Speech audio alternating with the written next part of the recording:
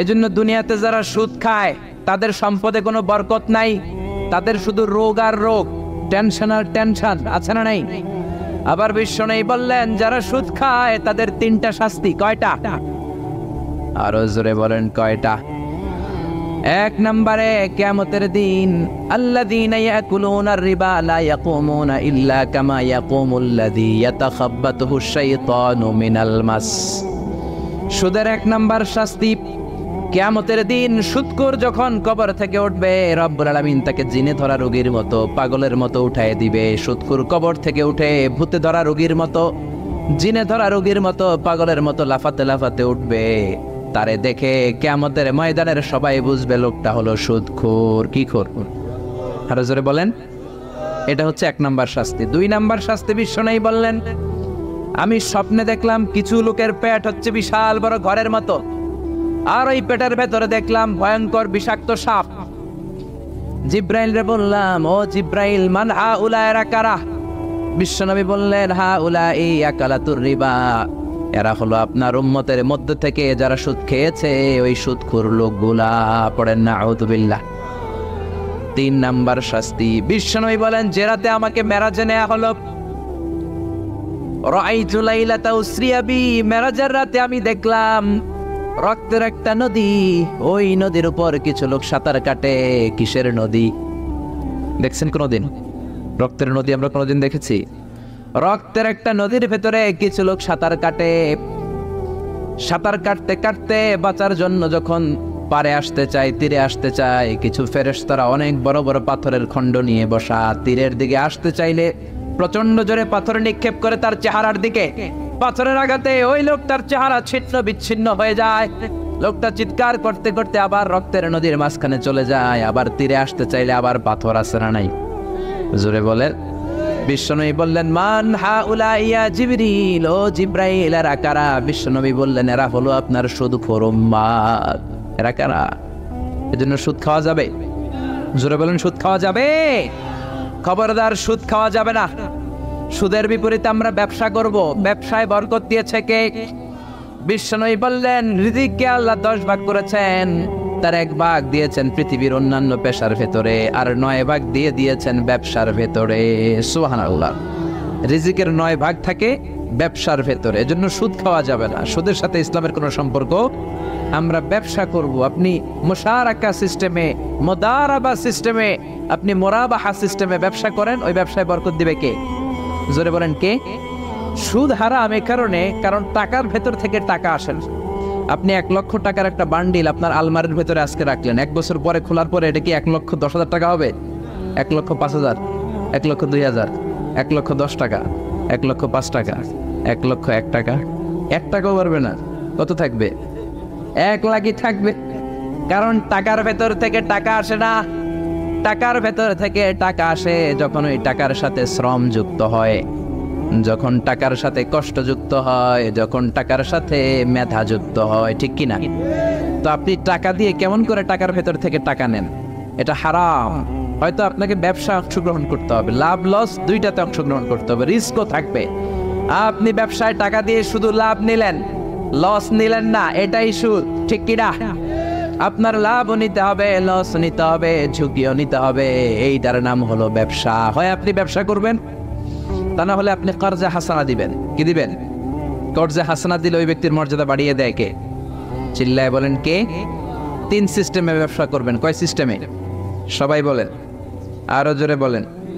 1 number হচ্ছে মুশারাকা system. মুশারাকা, partnership. আমি আপনি শেয়ার, 3-4 জন মিলে শেয়ার, আমার টাকা আপনার টাকা, আর দুজনে মিলে ব্যবসা করব। আমার যদি ধরেন 4 লক্ষ টাকা হয়, আপনার যদি 6 লক্ষ টাকা হয়, তাহলে যেই লাভ হবে তার 60% নেবেন আপনি, 40% নেব আমি। লসও যদি হয় 60% আপনার উপর, 40% আমার উপর। এই ব্যবসাকে বৈধ করেছে কে? আরো জোরে বলেন না। 2 নম্বরে হচ্ছে আল মুদারাবা। মুদারাবা অবৈধ। মুদারাবা মানে হচ্ছে আপনার টাকা আমার শ্রম। আল্লাহ আমারে কোনো টাকা দেয় না, আমি মিসকিন, আমি ফকির, আমি দেব শ্রম, আপনি দিবেন টাকা। কত পার্সেন্ট লাভ হলে কে কতটা নিব এটা আমরা ভাগ করে নিব। কিন্তু লস হলে আমার কোনো লস নাই, কারণ আমার শ্রম আপনার টাকা, আমি যে খাটছি এটাই তো আমার লস। ঠিক কিনা? কথা বলেন। আর টাকা যেহেতু আপনার, পুরো লস নেবেন আপনি। এই সিস্টেমও ব্যবসা যায়। 3 নাম্বার হচ্ছে আল মুরাবাহা। বুঝার চেষ্টা করেন, আমার ঘরে ফ্রিজ নাই, ফ্রিজের দাম 1 লক্ষ টাকা। কয় লাখ টাকা? আপনি আমারে বাজার থেকে 1 লক্ষ টাকা দিয়ে একটা ফ্রিজ কিনে আমার কাছে 1,20,000 টাকায় বিক্রি করবেন। এটা আমি কিস্তিতে দিব আপনারে, 6 মাসের কিস্তিতে দিব। আপনার লাভ হচ্ছে আপনি 1 লক্ষ টাকা দিয়ে কিনে 1,20,000 বিক্রি করছেন, 20,000 লাভ। আর আমার লাভ হচ্ছে আমার কাছে কোনো টাকা নাই, আমি ফ্রিজের মালিক হয়ে গেলাম, কিস্তিতে দিয়ে 6 মাস পরে আমি টাকাও পূর্ণ করে দিলাম। এটাকে বলে মুরাবাহা। শাহজালাল ইসলামী ব্যাংক, আল আরাফা ইসলামী bank, Bangladesh Islamic bank limited, এই 3টার সিস্টেমে আপনাদের সাথে বিজনেস করে। আল মুদারাবা, আল মুশারাকা, আল মুরাবাহা, যেই সিস্টেমে আপনি করেন না কেন এগুলোর কবুল করে নেবে কে? কিন্তু এগুলো না করে 100 টাকার বান্ডিল দিয়ে বললেন এই নাও 100 টাকার বান্ডিল, এখানে 10,000 টাকা আছে, সুদে লাগালাম, মাসে দিবা 1,000। কয় হাজার? আরো জোরে বলেন। এখন মাস শেষে 1,000 দিতে পারে না, ওইটার উপর আবার বাড়তে শুরু করলো। আল্লাহ বলে লা তাকুলু আর রিবা আদাআফা মুদাআফা, খবরদার চক্রবৃদ্ধি হারে সুদ খেও না, মাহাজনী সুদ খেও না। কার কথা? আরো জোরে বলেন, কথাটা কার? মাহাজনী সুদ খাওয়া যাবে না, চক্রবৃদ্ধি হারে সুদ খাওয়া যাবে না। তাহলে ব্যাংকের সুদ খাওয়া তো যাবে না? ব্যাংকের সুদ খাওয়া যাবে না, ব্যাংকের সুদও হারাম। আর চক্রবৃদ্ধি হারে মাহাজনী সুদ, এটা অনেক ভয়ঙ্কর হারাম। গ্রামে গঞ্জে এরকম আছে না নেই? 10,000 টাকায় মাসে 1,000 টাকা সুদ। কথা কন, কথা কন, কথা কন। আছে, এখন দিতে পারে না, সুদ আবার বেড়ে যায়। এখন 2,000 হয়ে গেছে, এর পরের মাসেও দিতে পারে না, 3,000 হয়ে যায়। এরপরে কে আসলটা দেয়া লাগবে না, তুই সুদ চালা। কি চালা? সুদ চালাইতে চালাইতে বাড়ি নাই, ভিটা নাই, জমি নাই, টিউবওয়েল নাই, পরনের লুঙ্গিও নাই। আছে না নাই? এটার বলে মহাজনী সুদ, এটার বলে চক্রবৃদ্ধি হারে সুদ। এই সুদ খাওয়া যাবে না। এজন্য সুদ আপনি খেলে এই সুদের, এই সম্পদের ভেতরে কোনো বরকত নাই, এটাকে ধ্বংস করে দিবে কে? চিল্লায় বলেন কে? এজন্য আপনি ব্যবসা করবেন। আল্লাহ বললেন হাল্লাল্লাহুল বাইআ ওয়া হারামার রিবা, আমি আল্লাহ ব্যবসাকে তোমাদের জন্য হালাল করলাম, সুদকে করলাম হারাম। এখন আমরা সুদ খাবো না ব্যবসা করব? জোরে বলেন, সুদ না ব্যবসা? ব্যবসার সিস্টেম হচ্ছে আপনাকে লাভ লস দুইটাতে অংশগ্রহণ করতে হবে। আপনি যদি বলেন না আমি শুধু লাভ নিব, লস নিব না, এটা ব্যবসা হবে? এটা সুদ হবে। এটা কি হবে? চিল্লায় বলেন কি হবে? এরপর ইসলাম বলে লা মাইসার, কোনো জুয়া চুরি থাকবে না। বিজনেসের মধ্যে জুয়া চুরি নাই, মানে লটারি নাই। কিন্তু বাংলাদেশের লটারি সিস্টেম আছে না নাই? 10 টাকায় 40 লক্ষ টাকা আছে না নাই? এটা সরাসরি জুয়া চুরি, এটার সাথে ইসলামের কোনো সম্পর্ক। এর কারণ হচ্ছে আমরা 10 টাকা দিয়ে লটারি কিনি, পাই এরকম একটা কাগজ, এই লটারির একটা নাম্বার থাকে এখানে, ঠিক কিনা? আর লেখা আছে 10 টাকায় প্রথম পুরস্কার 40 লক্ষ টাকা। লক্ষ লক্ষ মানুষ 10 টাকা দিয়ে এটা কিনে। কেনার পর যেদিন ড্র হবে, রাফেল ড্র, একজন পায় 40 লাখ, আরেকজন পায় 30 লাখ, আরেকজন পায় 20 লাখ, আরেকজন 10 লাখ, পঞ্চম পুরস্কার পায় 1 লাখ। আর লক্ষ লক্ষ মানুষ এই কাগজ পানিতে ভিজায় খায়। সিনলাইকন ঠিক কিনা? এটার নাম হচ্ছে জুয়া চুরি, এটা জায়েজ নাই। কিন্তু এই লটারির কাগজের সাথে যদি আপনার একটা কলম দিয়ে দেয়, এটাকে জায়েজ করার সিস্টেম আছে। এই 10 টাকার লটারির, যখন আপনি লটারিটা কিনবেন, আপনাকে যদি একটা কলম দিয়ে দেয়, তাহলে কেমন যেন আপনি 10 টাকা দিয়ে একটা কলম কিনলেন। এটা ব্যবসা, এটা হচ্ছে ব্যবসার সুরা, এটা জায়েজ আছে না নাই? তার মানে লক্ষ লক্ষ মানুষ যখন লটারি কিনলো, সাথে পেল একটা কলম। এরপরে ড্র হওয়ার পরে একজন পাবে 40 লাখ, আরেকজন 30 লাখ, একজন 20 লাখ, আরেকজন 10 লাখ, আর লক্ষ লক্ষ সবাই পাইছে একটা করে কলম। তার মানে আমরা সবাই কিছু না কিছু পাইছি। সিল্লাইকন ঠিক কিনা? এই সিস্টেমে যদি করেন তাহলে এটারে বৈধ করে দিবে কে? জোরে বলেন কে? এরপরে ইসলাম বলেন নো আনসার্টেইনটি, কোন ব্যবসার মধ্যে আনসার্টেইনটি থাকতে পারবে না, সুনিশ্চিত হতে হবে সবকিছু। লা দারারা ওয়ালা দারার ওয়ালা গারারা ফিল বাই, বেচা কিনার মধ্যে কোনো ধোঁকাবাজি থাকতে পারবে না, অনিশ্চয়তা থাকতে পারবে না। অনেকে উড়ন্ত কবুতর বিক্রি করে, আছে না নাই? কবুতর যারা পালেন, 10টা কবুতর আছে আপনার, আপনি দেখবেন সারাদিন কবুতর আকাশে উড়ার পরে বিকালে আবার বাসায় চলে আস। আপনি বললেন এই যে 10টা কবুতর আকাশে উড়ে, এই 10টা কবুতর আপনার বিক্রি করে দিলাম, এক একটা 100 টাকা করে, 10টায় কত হয়? 1000 টাকা বিক্রি করে দিয়েছেন। এই বিক্রি শরীয়ত সম্মত হয় না। এর কারণ প্রতিদিন কবুতরগুলো বিকেলবেলা উড়ার পরে সন্ধ্যাবেলায় ফিরে, আজকে বিকালে নাও ফিরতে পারে। যেরকম ঠিক কিনা? আজকে 10টা কবুতর যদি অন্যদিকে চলে যায়, 1000 টাকা কিলাকিলি আছে না নাই? ইসলাম বলে কিলাকিলির কোনো সুযোগ নাই। কবুতরগুলো নামবে, 10টারে তুমি ধরবা, কাপস করবা, তার হাতে হ্যান্ড ওভার করবা, তারপরে বিক্রি করবা। এটারে জায়েজ করে দিবে কে? এরপরে পুকুরের মধ্যে মাছ থাকা অবস্থায় কেনা বেচা জায়েজ নাই। এরকম কেনা বেচা বাংলাদেশে আছে না নাই? আন্দাজে মানুষে শখের বসে কিনে ফেলে, পুকুরের মধ্যে বুদবুদ করতেছে, ভাবতেছে হাজার হাজার মাছ কিনছে, 10 লক্ষ টাকা দিয়ে কিনে ফেলছে। কই মাছের পুকুর, উঠায় দেয় 20 কেজি কই আর 50 কেজি কাঁকড়া আর 70 কেজি ব্যাং, আছে না নাই? এরপরে কিলাকিলি আছে না নাই? এজন্য ইসলাম বলে না, কবুতরটা হাতের মধ্যে কপস করার পরে যেমনি বিক্রি করলাম, মাছগুলাও জাল দিয়ে তোলো, তারপরে গনে গনে বিক্রি করো, কবুল করে নিবে কে? গাভীর ওলানের মধ্যে দুধ রেখে বিক্রি করা জায়েজ নাই। ওলান এত ফিলা গেছে এরকম, এটা মনে হচ্ছে যে 20 কেজি, দহন করার পরে পাওয়া গেছে 5 কেজি, এরকম আছে না নাই? কারণ এটা দুধের কারণেও ফুলতে পারে, টিউমারেও ফুলতে পারে, ঠিক কিনা? এজন্য ইসলাম বলে লা গারারা ফিল ইসলাম, ইসলামে কোনো গারারা নাই, ধোঁকাবাজি নাই, আনসার্টেনটি নাই, অনিশ্চয়তার মধ্য দিয়ে হাওয়ার মধ্যে কোনো বিজনেস নাই। আগে জিনিসটা তোমার হাতে নাও, তারপরে বিক্রি করো, কবুল করে নিবে কে? শেয়ার বাজার নিয়ে প্রশ্ন করে, যেই প্রোডাক্টের ব্যবসা হালাল ওই প্রোডাক্টের শেয়ারও হালাল, চিল্লায় বলেন ঠিক কিনা? এরপরে বিশ্বনবী বললেন, মান গাশশানা ফালাইসা মিন্না, বেচা কিনার মধ্যে যে আমার উম্মতদের মধ্যে যে অন্যকে ধোঁকা দেয় সে আমার উম্মত হতে পারে। ধোঁকাবাজির ব্যবসা বাংলাদেশে আছে না নাই? ফলের দোকানে গেলে দেখবেন চকচকে যেই সাইডটা ওই সাইডটা ক্রেতার দিকে রাখে, পচা জায়গাটা নিচের দিকে রাখে, এরকম ব্যবসায় আছে না নাই? বিশ্বনবী মদিনার বাজারে গমের দোকান পরিদর্শন করতে গেলেন, যে দেখলেন গমের স্তূপ, বিশ্বনবী গমের ভেতরে হাত ঢুকায়া দিলেন। উপরে দেখা যায় শুকনা গম, ভিতরে দেখা যায় ভিজা গম। বিশ্বনবী বললেন, মান গাশশানা ফালাইসা মিন্না, যে আমাদেরকে ধোঁকা দেয় সে আমাদের উম্মত নয়। The person who deceives us is not among আস, যে আমাদেরকে ধোঁকা দেয় সে আমাদের উম্মত হতে পারে, চিল্লায় বলেন উম্মত হতে পারে। এজন্য এই ধোঁকাবাজি করে কোনো ব্যবসা করা যাবে? জোরে বলেন। আর সুদের সাথে আমাদের কোনো সম্পর্ক? চিল্লায় বলেন সম্পর্ক। সুদকে ধ্বংস করে দিবে কে? আর ব্যবসায় বরকত ঢুকিয়ে দিবে কে? বরকতে বিশ্বাস করেন তো? বিশ্বাস করেন? অল্পের ভেতরেও বরকত হতে পারে, 1000 কোটি টাকার মধ্যেও বরকত নাও থাকতে পারে, চিল্লায় বলেন ঠিক কিনা? এজন্য আজ থেকে সুদের সাথে আমাদের কোনো সম্পর্ক নেই, আমরা ব্যবসা করব মুশারাকা সিস্টেমে, মুদারাবা সিস্টেমে, মুরাবাহা সিস্টেমে ব্যবসা করব। অল্প প্রফিট হলেও এটার মধ্যে বরকত দিবে কে? আরো জোরে বলেন কে? আর সুদের ব্যবসা করবেন না তো? কারা কারা আজকে থেকে সুদের কোনো ব্যবসার সাথে জড়িত থাকবেন না? 2 হাত উঁচু করে আমার আল্লাহর দেখা। আল্লাহ আমাদের হাতগুলোকে তুমি কবুল করো, চিল্লায় পড়েন আমিন। সুদের আলোচনা ভালো লাগতেছে না? না একেবারে উপরে এসে পড়ছে না?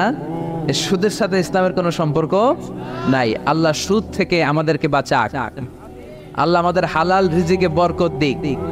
আরো জোরে পড়েন আমিন। আমি আমার খুতবার শুরুতে সূরাতুল বনী ইসরাইলের ছোট্ট একটা আয়াত তেলাওয়াত করেছি। আসুন এই আয়াতের আলোকে আপনাদের সাথে কিছু কথা শেয়ার করি, যদি আপনারা মনোযোগী হন। শুনবেন শুনবেন শুনবেন শুনবেন।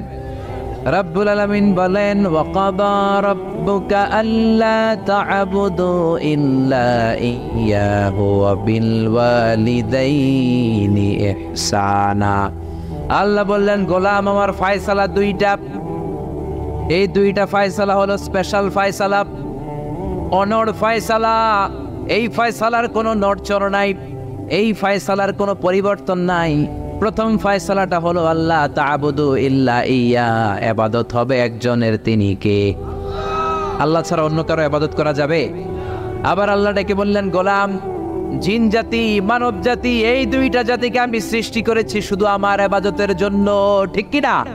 ওয়ামা খালাকতুল জিন্না ওয়াল ইনসা ইল্লা লিয়াবুদুন, আমি জিন জাতি আর মানব জাতিকে কোনো কাজের জন্য তৈরি করি নাই, কোনো উদ্দেশ্যে বানাই নাই, শুধুমাত্র কেবলমাত্র একমাত্র আমি আল্লাহর ইবাদতের জন্য বানিয়েছি।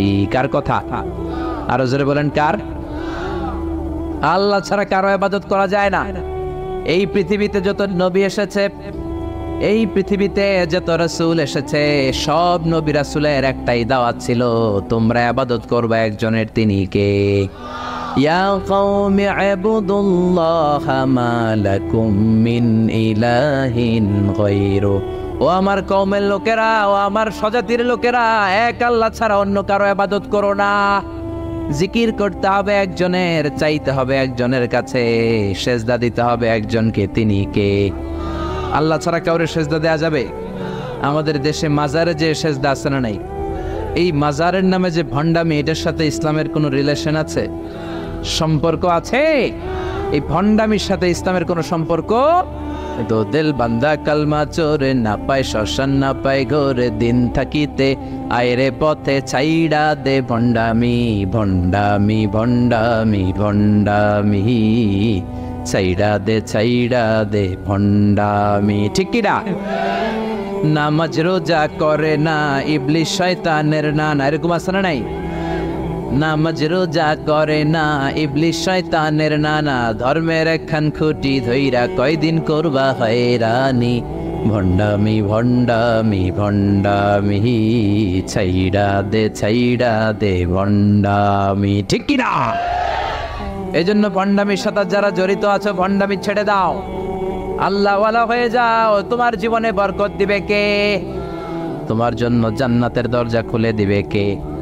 এজন্য রব্বুল আলামিন বলেন, ওয়াকাদা রাব্বুকা আল্লা তা'বুদু ইল্লা ইয়্যা ওয়া বিল ওয়ালিদাইনি ইহসানা। আমি আল্লাহর প্রথম ফয়সালা, ইবাদত হবে শুধুমাত্র কেবলমাত্র একজনের। তিনি কে?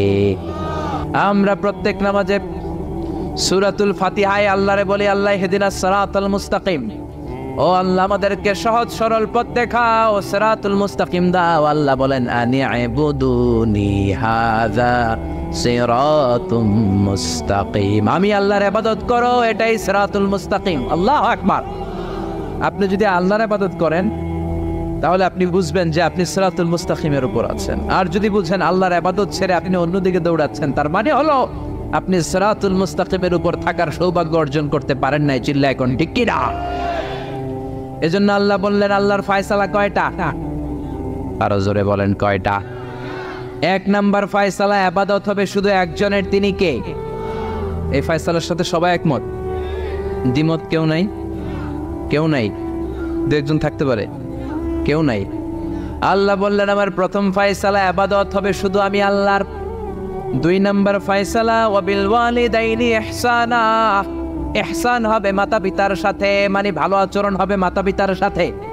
বুঝা গেল, ইবাদত হবে আল্লাহর, ইহসান হবে মাতা পিতার। আল্লাহর সাথে, আল্লাহর জন্য আপনি ইবাদত করবেন, আর মাতা পিতার প্রতি আপনি ইহসান করবেন।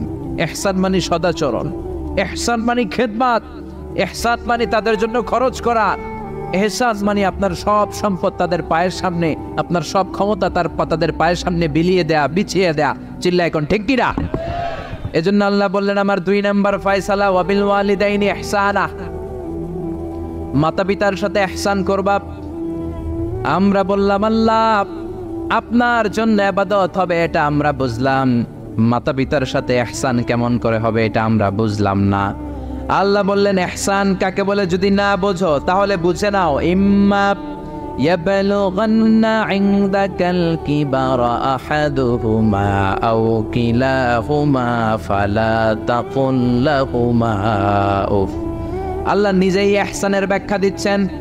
আল্লাহ বললেন, ইহসানের প্রথম তাফসীর হলো, আব্বা আম্মা একজন কিংবা দুইজন যখন বার্ধক্যে উপনীত হয়ে যায়, যখন বয়সে পৌঁছে যায়, খবরদার তাদের কোনো কাজে তুমি নাক ছিটকাতে পারবা না।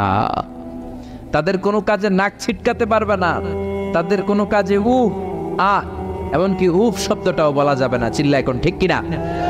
কারণ আমরা যখন ছোট ছিলাম, বাবা মারে কষ্ট দিয়েছি কি দেই নাই? আপনার কত বছর আগের ঘটনা মনে আছে? আপনার বয়স যখন 3, তখন আপনি কি করছিলেন মনে আছে? তো ওইটাই যদি মনে না থাকে, বয়স যখন 2 ছিল ওগুলা মনে আছে? বয়স যখন 1 ছিল ওগুলো মনে আছে? জ্বালাতনটা তো ওই সময় বেশি করছে। চিল্লা এখন ঠিক কিনা? শীতের রাত, আমাকে নিয়ে আমার মা ঘুমালো, আমাকে রেখেছে ডান দিকে, পেশাব করে ডান পাশটা আমি ভিজিয়ে দিয়েছি। আমার মা আমাকে ঘর থেকে বের করে দেয় নাই। শীতের রাতে বাম দিকে আমাকে শোয়ালো। কনকনে মাঘ মাসের শীতের রাতে বাম পাশটাতেও পেশাব করে ভিজিয়ে দিলাম, আমার মামারে ঘর থেকে বের করে দেয় নাই। আমার মা তার বুকের মাঝখানে রেখে ঘুমাতে শুরু করেছে। মাঘ মাসের শীতের রাত 3টার দিকে পেশাব করে মায়ের বুকটাও আমি ভিজিয়ে দিয়েছি, জামাটাও ভিজিয়ে দিয়েছি। মা 3টার দিকে উঠে নতুন শাড়ি পরে, নতুন জামা পরে, আগের ভিজা পেশাব মাখানো জামাটাকে চেঞ্জ করে আবার আমাকে নিয়ে ঘুমিয়েছে। আমাকে ঘর থেকে বের করেছে নাকি? জোরে বলেন। এজন্য আল্লাহ বুঝাতে চাইলেন, গোলাম ছোট্টবেলা যেমনি কষ্ট দিয়েছো, মা বাবা রেগে যায় নাই, তোরে লাথি মেরে ঘর থেকে তাড়ায় দেয় নাই, তোরে এতিমখানায় দেয় নাই। মা বাবা বয়সে যখন উপনীত হয়ে যায়, বার্ধক্যে যখন পৌঁছে যায়, ওই মা বাবারে খবরদার বৃদ্ধাশ্রমে দিয়ে আসবি না। বৃদ্ধাশ্রম বাংলাদেশে আছে না নাই? ছেলে আমার মস্ত মানুষ, মস্ত অফিসার, মস্ত ফ্ল্যাটে যায় না দেখা এ পারে ও পার, নানান রকম জিনিস আর আসবাব দামি দামি, সবচেয়ে কম দামি ছিলাম একে মাত্র আমি। ছেলের আবার আমার প্রতি অগাধ সম্ভ্রম, আমার ঠিকানা তাই বৃদ্ধাশ্রম। ঠিক কি না? অনেক কপাল পোড়া আছে, ডাকাত আছে। মা বাবা বার্ধক্যে উপনীত হওয়ার পরে তাদের কর্মকাণ্ডে নাক ছিটকায়, ঘরে আর বাবা মারে রাখতে মনে চায় না, বৃদ্ধাশ্রমে রেখে আসে। এরকম ডাকাত আছে রাড়াই। বাবা মারে বৃদ্ধাশ্রমে দেয়া যাবে? চিল্লায় বলেন দেয়া যাবে? যেই বেয়াদবগুলো, যেই ডাকাতগুলো মার বাবারে বার্ধক্যে উপনীত হলে, বয়স হয়ে গেলে বৃদ্ধাশ্রমে দিয়ে আসে, ওই বেয়াদবটা বুড়া হলে ওর কপালে বৃদ্ধাশ্রম জুটবে না। চিল্লা এখন ঠিক কিনা? ভাঙ্গা থালা হাতে নিয়ে তুই ভিক্ষা করে খাবি। চিল্লা এখন ঠিক কিনা?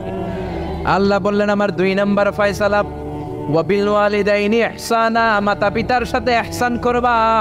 ইহসানের প্রথম ব্যাখ্যা, ইম্মা ইয়াবলুগান্না ইনদাকাল কিবারা আহাদুহুমা আও কিলাহুমা ফালা তাকুল লাহুমা উফ। মা বাবার একজন কিংবা 2জন যদি বার্ধক্যে উপনীত হয়ে যায়, খবরদার মা বাবারে বৃদ্ধাশ্রমে দিও না। মা বাবা পেশাব করে দিতে পারে, পায়খানা করে দিতে পারে, তোমাকে যেমনি পরিষ্কার করে আদর যত্ন করেছে তুমিও পরিষ্কার করবা, মা বাবার খেদমত করবা, তোমার জীবনটারে উজালা করে দিবে কে? আল্লাহ বললেন ইহসানের 2 নম্বর ব্যাখ্যা, ওয়ালা তানহারহুমা, মা বাবারে ধমক দিও না। অনেক বেয়াদব ছেলে মেয়ে আছে, মা বাবার সাথে ছিড়কি দিয়ে কথা বলে, ধমক দিয়ে কথা বলে, এলাকার লোকদের সাথে যখন কথা বলে ভদ্র ভাষায় কথা বলে, ঘরে ঢুকলে মায়ের গালি দেয়, আছে না নাই?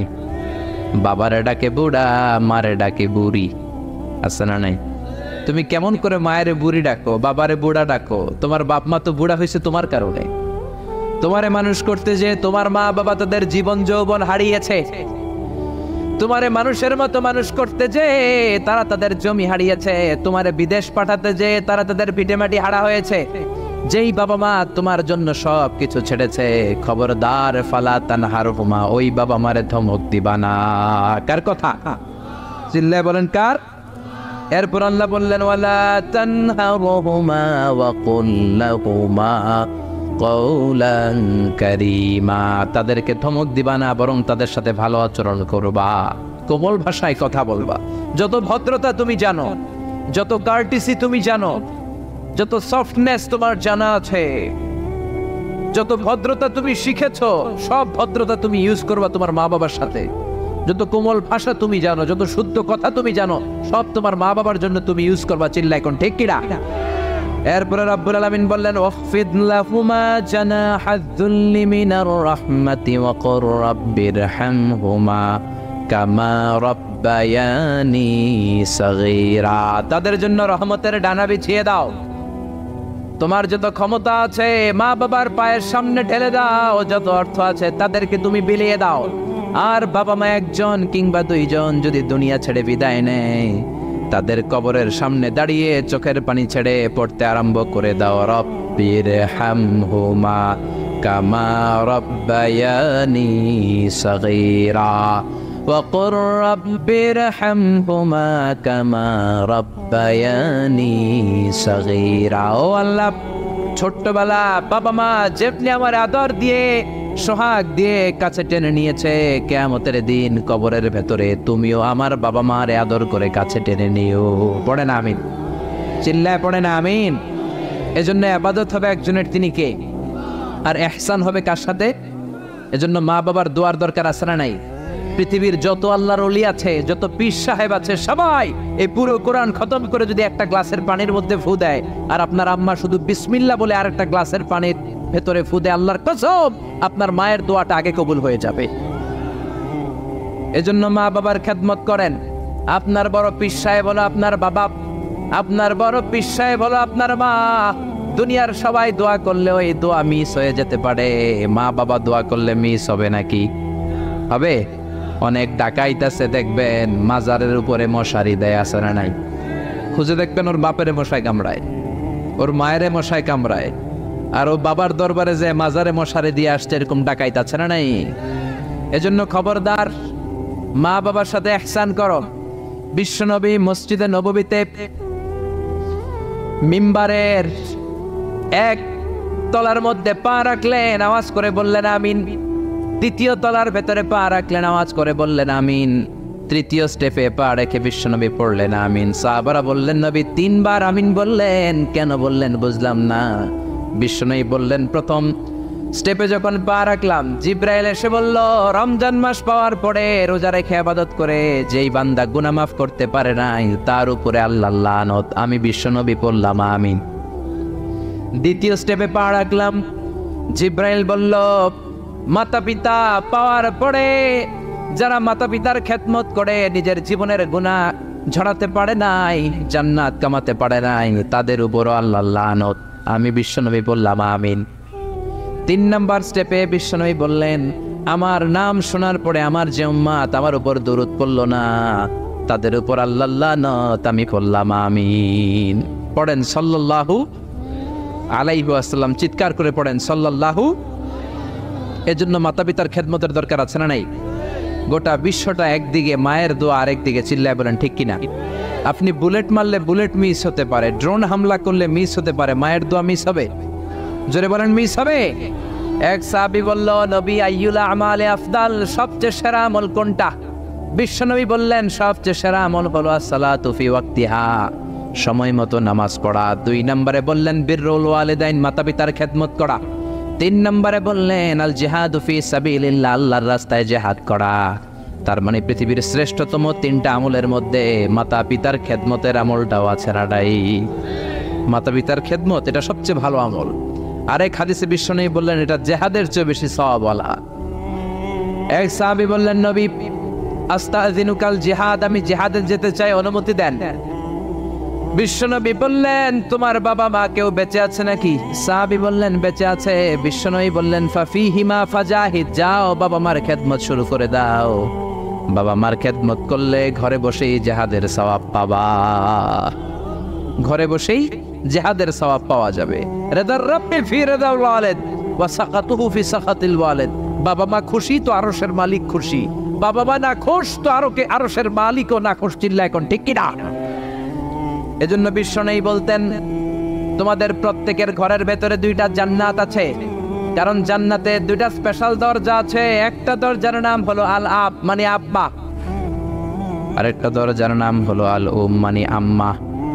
একটা দরজার নাম বাবা, আরেকটার নাম মা। এজন্য বিশ্বনবী বলেন এই দুইটা দরজার সাথে তোমরা কি আচরণ করবা তোমাদের ডিসিশন। ওমা জান্নাতুকা ওয়া নারুক, বাবা মাই তোমার জান্নাত, বাবা মাই তোমার জাহান্নাম। বাবা মার সাথে ভালো আচরণ করলে 8টা জান্নাতের দরজা তোমার জন্য খুলে দিবে কে? আর খারাপ আচরণ করলে জাহান্নাম আছে না নাই? তোমার বাবা মা যদি কাফের হয়, হিন্দু হয়, বৌদ্ধ হয়, তারপরও ভালো আচরণ করবা, ঠিক কি না? বাংলার জমিনে এরকম অনেক হিন্দু ফ্যামিলি আছে, হিন্দু ইয়াং ছেলে মুফাসসিরে কোরআনের তাফসীর শুনে হাতে হাত রেখে কালিমা পড়ে মুসলমান হয়ে গেছে, আছে না নাই? কিন্তু মা তো মুসলমান হয় নাই, বাবা তো মুসলমান হয় নাই, বাপ মা হিন্দুই রয়ে গেছে। তো বাপ মা হিন্দু, ছেলে মুসলমান, তুমি কি মা বাবার সাথে খারাপ আচরণ করতে পারবা? কথা বলেন। মা বাবা হিন্দু হোক, নাস্তিক হোক, বৌদ্ধ হোক আর খ্রিস্টান হোক, মা বাবার দোয়া নিতে হবে, আশীর্বাদ নিতে হবে। চিল্লায় কোন ঠিক কিনা? বিশ্বনবী শালী নাম কি বলেন তো, কেউ জানেন বিশ্বনবী শালীর নাম কি? আসমা। মাশাআল্লাহ, আসমা বিনতে আবি বকর। বিশ্বনবীর শালী, উনি মুসলিমা কিন্তু উনার মা ছিল মুশরিকা। বিশ্বনবীরে বললেন, নবী আমি মুসলিমা কিন্তু আমার মা মুশরিকা কাফেরা, এখন আমি কি করব? আমার মায়ের সাথে কি ভালো আচরণ করব নাকি? বিশ্বনবী বললেন, খবরদার, মা মুশরিক হোক কাফের হোক তারপরেও তোমার মা, ঠিক কিনা? সিলিহা, দোয়া দাও, ভালো আচরণ করো, সম্পর্কটারে মিলায় রাখো, তোমার জান্নাতে ঢুকাই দিবে কে? 3 জিনিসের দিকে তাকালেই সওয়াব। 3টা জিনিসের দিকে তাকানোর সাথে সাথে আপনার আমলনামায় সওয়াব দিবে কে? 1 নাম্বার নাযার ইলাল কোরআন, কোরআনের দিকে যখন নজর করে তাকাবেন আপনার আমলনামায় সওয়াব দিবে কে? সুবহানাল্লাহ কইতে মনে চায় না? 2 নম্বরে কাবা, কাবার দিকে তাকালে সওয়াব দেয় কে? 3 নম্বরে নাযার ইলা ওয়াজহিল ওয়ালিদাইন, মাতা পিতার চেহারার দিকে নজর করে তাকালে সওয়াব দেয় কে? এজন্য বিশ্বনবী বললেন, সালাসু দাওয়াতিন মুস্তাজাবাত, 3 ব্যক্তির দোয়া কোনোদিন আল্লাহ ফিরায় না। 1 নম্বরে দাওয়াতুল মুসাফির, মুসাফিরের দোয়া। আপনি সফর করেন না মাঝে মাঝে? কক্সবাজারে যাচ্ছেন, সিলেট যাচ্ছেন, এই যে গাড়ির মধ্যে বসে আছেন, ওই সময় আপনি দোয়া করবেন বেশি বেশি। ওই সফর অবস্থায় দোয়া করলে ওই দোয়া কবুল করে কে? 2 নম্বরে দাওয়াতুস সাইম, রোজা রেখে দোয়া করলে কবুল করে কে? 3 নম্বর দাওয়াতুল ওয়ালিদাইনি লিওয়ালাদিহি, মাতা পিতা যখন চোখের পানি ছেড়ে হাত 2টা তুলে আল্লাহর কাছে ছেলে মেয়েদের জন্য দোয়া করে, ওই দোয়াটাও কবুল করে কে? এজন্য সবার আগে দোয়া চাইবেন মা বাবার কাছে। কার কাছে? আমাদের কাছে অনেকে দোয়া চায়, আমরা বলি আরে তোমার মায়ের কাছে চাও, তোমার আব্বার কাছে চাও। আমার দোয়া তোমার জন্য কবুল হতেও পারে, নাও হতে পারে, কিন্তু তোমার মা তো তোমার জন্য মুস্তাজাবুদ দাওয়া, তোমার বাবা তো তোমার জন্য মুস্তাজাবুদ দাওয়া। তোমার মা হাতটা তোলার সাথে সাথেই কবুল, চিল্লায় কর সুবহানাল্লাহ। একজন বাবা এবং মা ছেলে মেয়েদের জন্য কতটা কষ্ট সহ্য করে, কতটা জ্বালা যন্ত্রণা সহ্য করে, বাবা মা না হওয়ার আগে এটা কেউ বুঝবে? আপনি শুধু ওয়াজ শুনতে পারবেন, কিন্তু বুঝবেন তখন যখন একটা ছেলে হবে, যখন একটা মেয়ে হবে, ঠিক কিনা?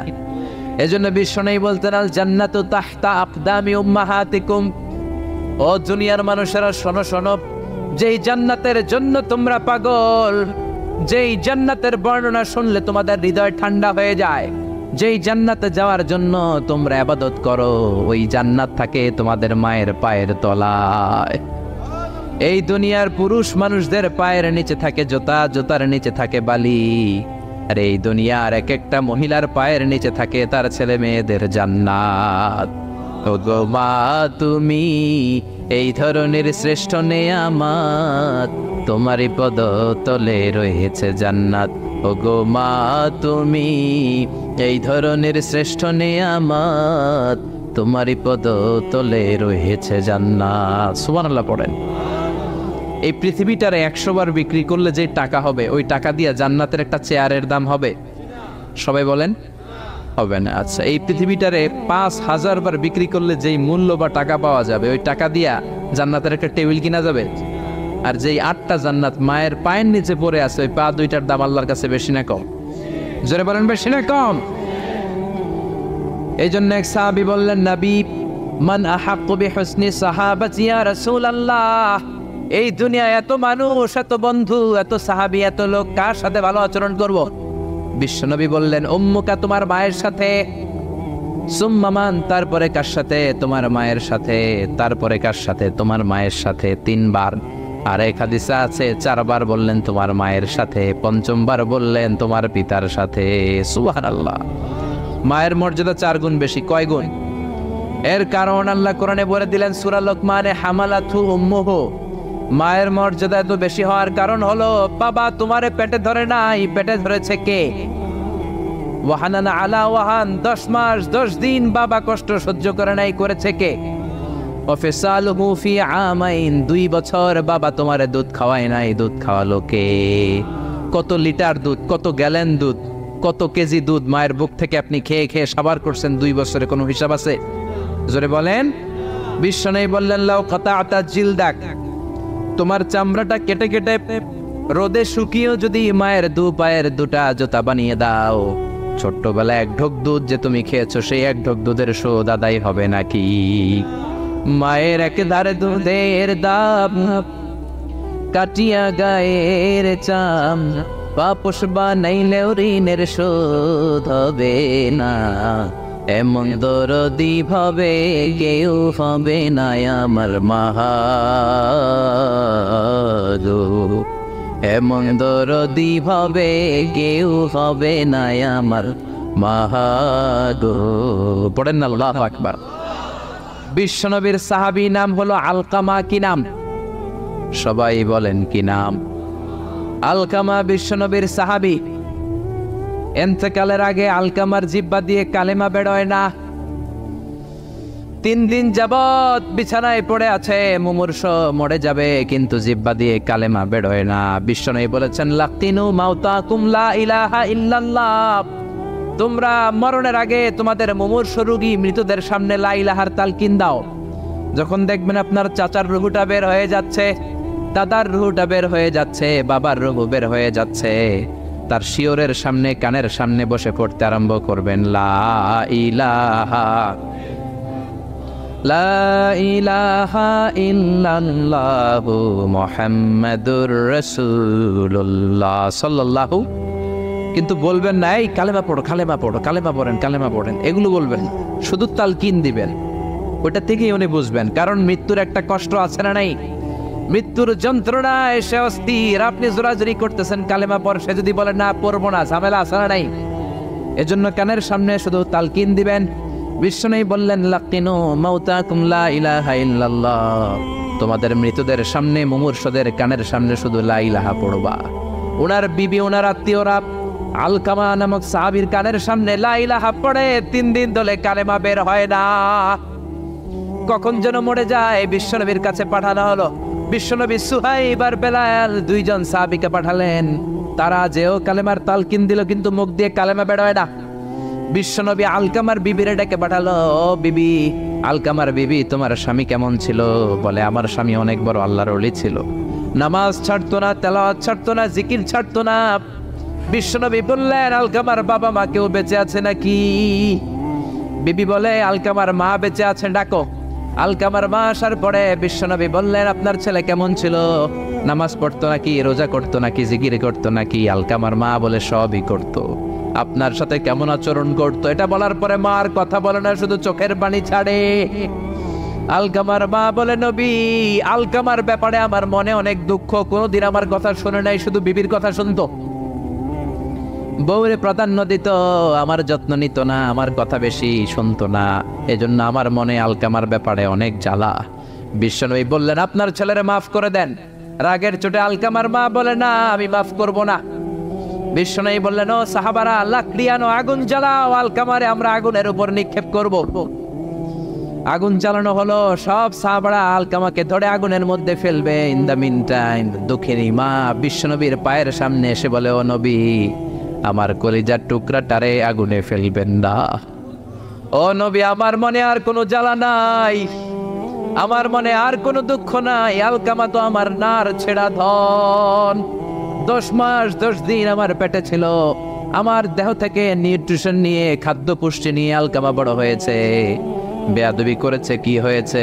আমি আলকামারে মাফ করে দিলাম গো নবী। আলকামার মা, আলকামার শিওরের সামনে দাঁড়িয়ে যখন মাফ করার ঘোষণা দিয়েছে, বিশ্বনবী সাক্ষী, সাহাবারা দাঁড়িয়ে আছে। আলকামা চিৎকার করে পড়তে আরম্ভ করলো, লা ইলাহা ইল্লাল্লাহু মুহাম্মাদুর রাসূলুল্লাহ সাল্লাল্লাহু আলাইহি ওয়াসাল্লাম। আল কালিমা তাইয়্যিবা চিৎকার করে পড়ার সাথে সাথে তার রূহ কবজ হয়ে গেল। চিল্লায় পড়েন আল্লাহু আকবার। এজন্য মায়ের দোয়া বড় দোয়া, বাবার দোয়া বড় দোয়া। মা বাবা দোয়া করলেও কবুল, বদদোয়া করলেও কবুল। মা বাবার শুধু যদি দোয়াটাই কবুল হতো তাহলে টেনশন নাই, দোয়া করে না তো কি হয়েছে। কিন্তু বদদোয়া করলেও কবুল করে নেয় কে?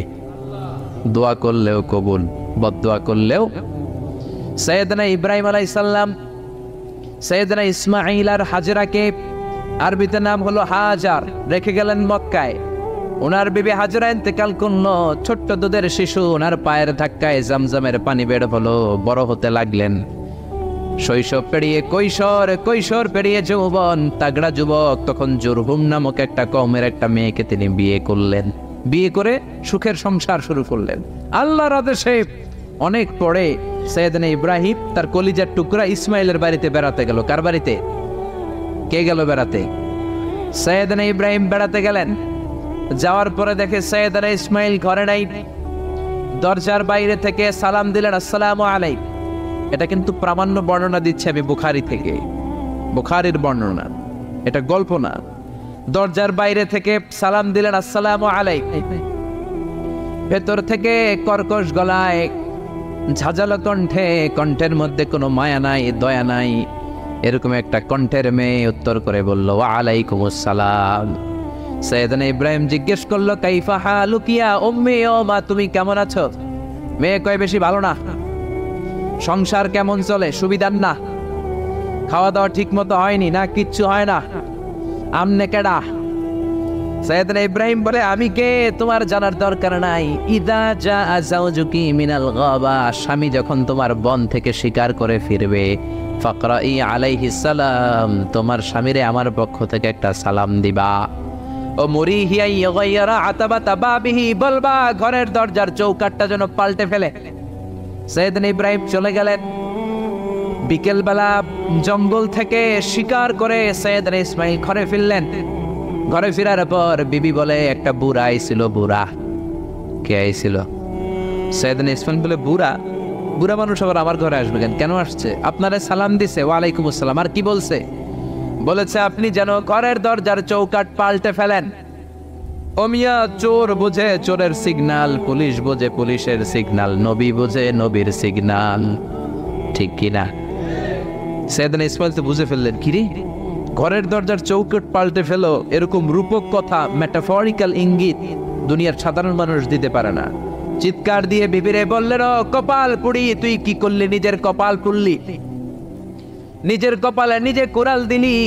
যেই লোকটারে বুড়া বুড়া বলে সম্বোধন করলি, ওই লোকটার কেউ নয়, আমার জন্মদাতা পিতা, এই জামানার সবচেয়ে বড় পয়গম্বর ইব্রাহিম খলিল। আমার বাবা যে সিগন্যাল দিয়েছে, এটা তো গ্রিন সিগন্যাল না, এটা রেড সিগন্যাল। তার মানে তোর তালাক দিতে বলেছে, গেট আউট, গেট আউট, ডিভোর্সিও তালাক দিয়ে দিলাম, যা। আপনার আব্বাও যদি বলে তোমার বউরও তালাক দিয়ে দাও, দিয়ে দিবেন নাকি? এবার দিয়ে দিয়েন না। আপনার বাবাও বাবা, ইসমাইলের বাবা ইব্রাহিমও, কথা বলেন। সৈয়দনা ইব্রাহিম ছিলেন আল্লাহর জালিল কাদের পয়গম্বর। আকাশ থেকে ওহী আসলে নবীরা কথা বলে, মন গড়া নবীরা কিছু বলে না। আপনার বউ, আপনার বউকে যদি আপনার বাবা বলে তোর বউরে তালাক দে, দিয়ে দিয়েন না। আবার কি করবেন? বুঝাবেন, বাবারও বুঝাবেন, বিবিরও বুঝাবেন, ঘরের ভিতরে সংলাপ করবেন, সমঝোতা করবেন। আমাদের দেশের দুই নেত্রী সংলাপ করে না তো কি হয়েছে? আমরা করব, আমরা ঘরে ঘরে সংলাপ করব, সমঝোতা করব, ঠিক কি না? মিলায়ে দিবেন, মিলায়ে দিলে বরকত আছে না নাই? কেউ ঝগড়া লাগলে মিলাবেন, মারামারি লাগলে মিলাবেন, কেউ যদি আরেকজনরে মারতে যায়, উদ্ধত হয়, মিলায়ে দিবেন। যারা মিলায়ে দেয় তাদের মর্যাদা বাড়ায় দেয় কে? কিন্তু সমাজের কিছু দুষ্ট চরিত্রের লোক আছে, দুইজন যদি মারামারি লাগে আরো লাগায়া দেয়, আছে না নাই? আগুন লাগলে আপনারা কি ডালেন? অনেকে তেল ডালে, আছে না নাই? এখন আগুন লাগলে কি তেল ডালবেন না পানি ডালবেন? মিলায়ে দিবেন। বউরও বুঝাবেন, বাবারও বুঝাবেন, দুইজন রে বুঝায় আস্তে ধীরে আগাবেন। তালাক তো অনেক পরের কথা। ইসলামের দেয়া অনুশাসন যদি আমরা মেনে চলি, কোনোভাবেই তালাক হবে না। স্বামীকে আল্লাহ কিছু দায় দায়িত্ব দিয়েছেন, স্ত্রীকে আল্লাহ কিছু দায় দায়িত্ব দিয়েছেন। এই দুইটা দায়িত্ব যে কত গুরু দায়িত্ব, গোটা বিশ্বব্যাপী এই দায়িত্বের মধ্য দিয়ে বিশ্বটা চলে। পৃথিবীর প্রথম স্বামী ছিলেন সৈয়দনা আদম, পৃথিবীর প্রথম বউ ছিল হাওয়া। সেখান থেকে স্বামী স্ত্রীর এই জীবন আছে না নাই? স্বামী আর স্ত্রী বানায় যেজন মিস্ত্রি, সে বড় আজব কারিগর, ঠিক কিনা? স্বামী আর স্ত্রী বানায় যেজন মিস্ত্রি, সে বড় জটিল কারিগর। এজন্য এই সম্পর্কটা বড় ভয়ঙ্কর সম্পর্ক, এটাকে মিলিয়ে রাখতে হবে। তালাকের সিস্টেম হচ্ছে, প্রথমে আপনি ফাইদুহুন্না, কোরআন বলে আপনি প্রথমে স্ত্রীকে ওয়াজ করবেন। ঝগড়া হলে কি করবেন? ঘরে ওয়াজ নাই, আছে মারামারি আর কিলাগিলি। ওয়াজ করবেন, ওয়াজেও কাজ হচ্ছে না, বুঝানোর চেষ্টা করবেন, বুঝে না। এরপরে আল্লাহ বললেন, ওয়াহজুরুহুন্না ফিল মাদাজি', বিছানা আলাদা করে দাও, তুমি এক রুমে ঘুমাবা, তোমার বিবিরে দিবা আরেক রুম। কিছুদিন বিচ্ছেদ চললে ওই বিবির অন্তরে ভালোবাসা তৈরি করে দিবে কে? সুবহানাল্লাহ পড়ে। এখন ওয়াজ করলেন, বুঝাইলেন, বুঝে না, বিছানা আলাদা করলেন, তাও শোনে না। এবার অদ্রিবুহুন্না, কোরআন বলল বউরে শাসন করো। অনেকে বলে বউরে পিটাও, না, পিটানোর কথা বলে নাই। অদ্রিবুহুন্না মানে তাদেরকে শাসাও, শাসন করো। মুফাসসিররা এটার তাফসীর করতে যে হয়রান হয়েছে যে কি দিয়ে পিটাবে। কোন মুফাসসির কয় খেজুরের ছোট্ট ডালা দিয়ে এরকম বাড়ি মারবে, আর বলবে ভালো কথা কই হনস না কেন। অনেকে বলবে, অনেক মুফাসসির বলেছে মেসওয়াক দিয়ে বাড়ি মারবে, তোমার এত বোঝাই বুঝো না কেন, দুইটা ছেলে মেয়ে হয়েছে আমাদের, এত সুন্দর সংসার, হানিমুন করেছিলাম কক্সবাজারে, স্মৃতিগুলো কি তোমার মনে পড়ে না? তুমি আমার কৈতরি, তুমি আমার টুনটুনি, তুমি আমার সোনামণি, এগুলোকে বুঝাবেন, এরপরও মানে না। অনেক মুফাসসির কইছে বালিশ দিয়া পিটাইবেন, কোল বালিশ দিয়া, যাতে হাত পা না ভাঙে। ওয়াদ্রিবুহুন্না, অনেক ডাকাইতেছে লাড়ি দিয়া পিটায়, আছে না নাই? ইসলাম বলে না না, বনিব না, না হলে প্রথম স্টেপ ওয়াজ করো, বুঝাও। 2 নম্বরে বিছানা আলাদা করে দাও, তারপরেও মানে না। 3 নম্বরে ওয়াদ্রিবুহুন্না মানে শাসন করো, যার যেরকম দরকার ওইরকম শাসন করবেন, তাতেও হয় না।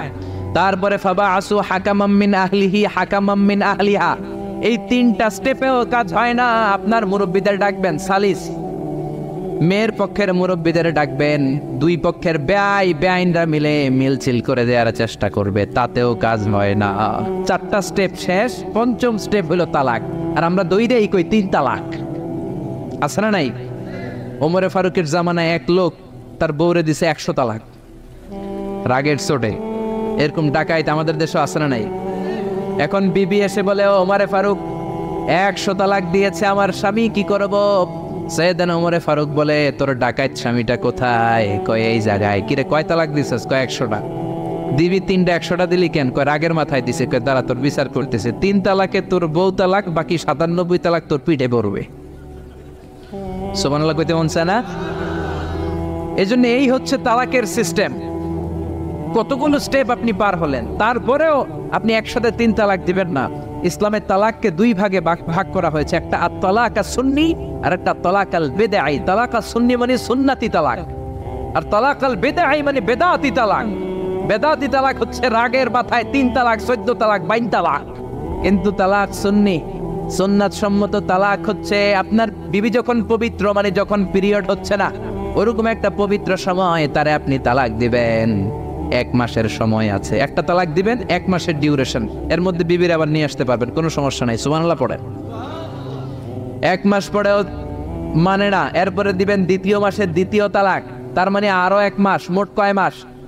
2 মাস পরেও মিলমিশ হয় না, তারপরে 3য় মাসে তালাক দিলেন। এই 3 তালাক দেওয়ার পরে বিবি আবাদুল আবাদ আপনার জন্য হারাম হয়ে গেল। কত সুন্দর স্টেপ মেনটেন করে কত দূরে তালাক, আর আমরা দইরেই কই তালাক। এজন্য খবরদার। সৈয়দনা ইসমাইল বললেন, কপাল পুড়লি তুই, যারে বুড়া বলে গালি দিলি, আসলে বুড়া নয়, এই লোকটাই আমার বাবা ইব্রাহিম খলিল। আমার বাবা বলেছে তোরে তালাক দিতে, গেট আউট, গেট আউট, তালাক দিয়ে দিলাম তোরে, যা ভাগ। বউ শেষ, নতুন বিয়ে করলো, নতুন সুখের সংসার। 3 বছর পর সৈয়দনা ইব্রাহিম আবার ছেলের বাড়িতে বেড়াতে আসলেন। আজকেও সৈয়দনা ইসমাইল ঘরে নাই। সৈয়দনা ইব্রাহিম আজকে সালাম দিলেন, আসসালামু আলাইক। সৈয়দনা ইব্রাহিম সালাম দিলেন, আজকে ঘরের ভেতর থেকে জাদুমাখা কণ্ঠে, মধুমাখা কণ্ঠে, সুরেলা কণ্ঠে একটা মেয়ে বলল, ওয়া আলাইকুমুস সালাম। সৈয়দনা ইব্রাহিম বললেন, কাইফা হালুকি ইয়া উম্মি মা, কেমন আছো? মেয়েটা বলে, আলহামদুলিল্লাহ আলা কুল্লি হাল, সব সময় আলহামদুলিল্লাহ। সব সময় কি? তোমাদের জীবন যাপন কেমন চলে? খুব ভালো চলে। তোমার স্বামী কই? বনে গিয়েছে। এবার মেয়েটা বলে, আপনি কে? সৈয়দনা ইব্রাহিম বলে, আমার পরিচয় দেব না। মেয়েটা বলে, আপনার পরিচয় না দিল আপনার সাথে কথা বলবো না। আমরা স্বামী স্ত্রী 2 জন থাকি মরুভূমির মাঝখানে, আমাদের খোঁজ খবর নেওয়ার কেউ নাই। আপনি কে এরকম দিল দরিয়ার একজন মুরব্বী আমাদের খোঁজ নিতে আসলেন? আপনার পরিচয়টা আপনি বলেন। সৈয়দনা ইব্রাহিম তার পরিচয় দেয় না। মেয়ে বলে, পরিচয় না দিলে আমি কথাও কই না। বাধ্য হয়ে ঘরের ভেতরে ঢুকলেন, জোর করে মেয়েটা সৈয়দনা ইব্রাহিমকে ঘরে ঢুকালেন, রুটি বানিয়ে খাওয়ালেন, গোশত খাওয়ালেন, খেজুর খাওয়ালেন, শরবত খাওয়ালেন। ও মিয়া, আগেরটাও মাইয়া, এইটাও পার্থক্য আছে না নাই? মেয়েটা বলে আমার জন্য দোয়া করেন। সাইয়েদনা ইব্রাহিম চোখের পানি ছেড়ে দোয়া করে দিলেন, মেয়েটার মাথায় হাত বুলিয়ে দিলেন আর বললেন ইদা জা যাওজুক মিনাল গাবা, তোমার স্বামী যখন বন থেকে আসবে ফাকরাই আলাইহিস সালাম, তোমার স্বামীর আমার পক্ষ থেকে সালাম দিবা। ওয়া মুরিহি আইয়ুসবিতা আতাবাতা বাবিহি, আর বলবা আমি বলছি ঘরের দরজার নতুন চৌকাঠ যেন জীবনেও না পাল্টায়। ঘরের দরজার এই নতুন চৌকাঠটা যেন কোনোদিন। সাইয়েদনা ইসমাইল ফিরে আসলেন। আসার পরে বিবি বলে একজন মুরব্বী এসেছিল, নুরানি চেহারার একজন মুরব্বী শুই না। সাইয়েদনা ইসমাইল তো ভয় পেয়ে গেছেন, লাফ দিয়ে উঠছে, কি মুরব্বী, কেমন আচরণ করেছিলি বল। কারণ আগের একটা তিক্ত অভিজ্ঞতা আছে না নাই, ভাবছে আজকেও কোনো গন্ডগোল হইল নাকি। বিবি বলে না, আপনি রাখবেন না, আপনি চিন্তিত হবেন না, আমি অনেক আপ্যায়ন করেছি, অনেক সাদর সম্ভাষণ দিয়েছি, উনিও আমার মাথায় হাত বুলিয়ে চোখের পানি ছেড়ে ছেড়ে আমার জন্য দোয়া করেছে, আর আপনার সালাম বলেছে, আর আপনাকে বলতে বলেছে ঘরের দরজার নতুন চৌকাঠটা যেন জীবনেও কোনো দিন না পাল্টা। সাইয়েদনা ইসমাইল আল্লাহু আকবার বলে চিৎকার করে উঠলেন, বিবিকে বুকে জড়িয়ে ধরলেন, বললেন ও বিবি তুই তো গোল্ডেন এ প্লাস, তুই কি, তুই তো গোল্ডেন এ প্লাস, তুই তো 100-তে 100 পাইলি, তোর কপালটা নুরানি হয়ে গেল, উজালা হয়ে গেল। যেই বয়স্ক লোকটা এসে এই কথাটা বলেছে, বয়স্ক লোকটার কেউ না, তোর শ্বশুর আমার বাবা ইব্রাহিম খলিল। আর যেই কথা বলেছে এই কথাটার মানে হলো তোরে যেন আমি তালাক না দেই, তোর হাতটা যে আমি ধরলাম এই হাত ধরেই যেন তোরে নিয়ে জান্নাতে ঢুকে যায়। আল্লাহু আকবার। এজন্য বাবার দোয়া, মায়ের দোয়া যার জীবনের মধ্যে আছে তার জীবনে কোনো ভয় আছে নাকি? জোরে বলেন, কোনো ভয় আছে? এজন্য দোয়া নিবেন বাবার কাছ থেকে, মায়ের কাছ থেকে।